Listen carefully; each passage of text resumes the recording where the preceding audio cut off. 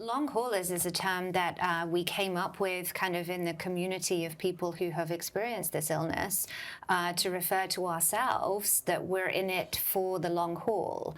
And long COVID, which is kind of another kind of community term, is referring to this idea that many of us contract COVID, experience acute COVID for the sort of 10-day period, and either think that we have recovered, but a few months later start to get sick again, or, and some people also have the second experience, whereby they never really seem to recover fully at all, and then they also continue to get worse. So the official definition and the NIH term is post-acute sequelae of COVID, or PASC.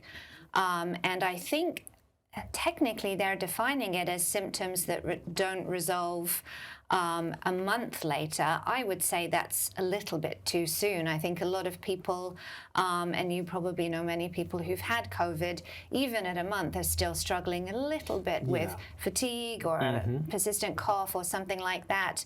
But long COVID or long haulers, we're really thinking about 3 months and longer. And I think at last count, 211 possible symptoms included under the long COVID umbrella. 211? Yeah, so a lot more than just those kind of cold and flu type things that we see from acute COVID.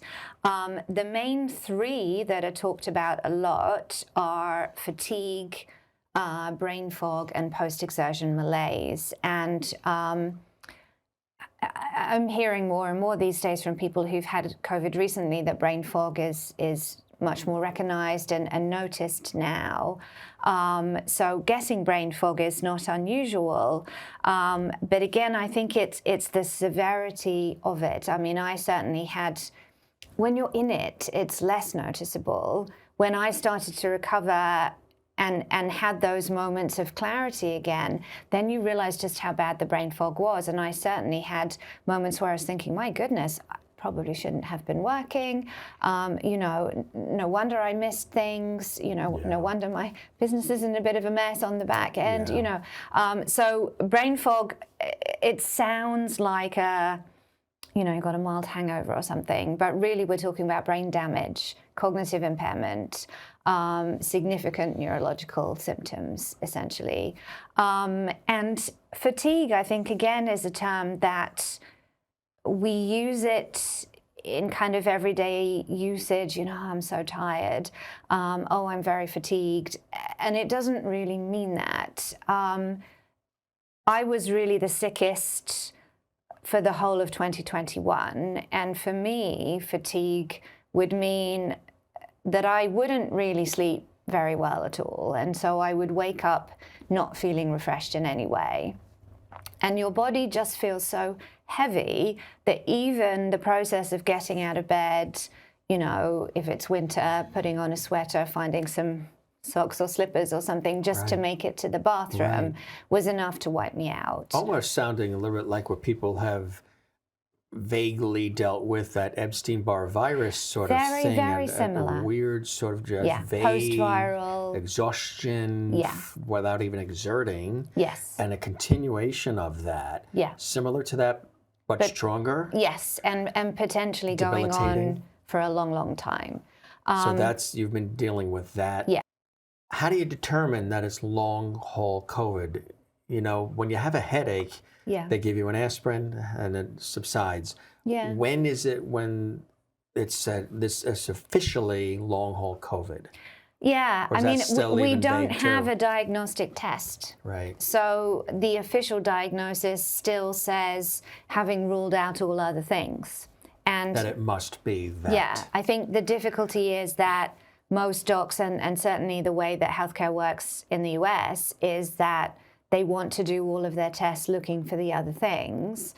And then quite often, if all of those tests come back negative, they don't say, oh, I think you've got long COVID. They just say, great news, all your tests are negative. You don't have a tumor, you don't have this, you don't have that. And the person is not fine. Yeah. Sit it out and it'll resolve itself. Yeah. We don't even know if that's the case. We don't, no. And I hear that all the time. Oh, I'm fit, I'm young, I'm healthy, I'll be fine. And what we're actually finding, and you know, the long COVID community, thankfully, has really come together and supporting each other, that a huge proportion of us are athletes who were very healthy, who didn't have pre-existing conditions. Who are dealing with the long? Yeah, yeah.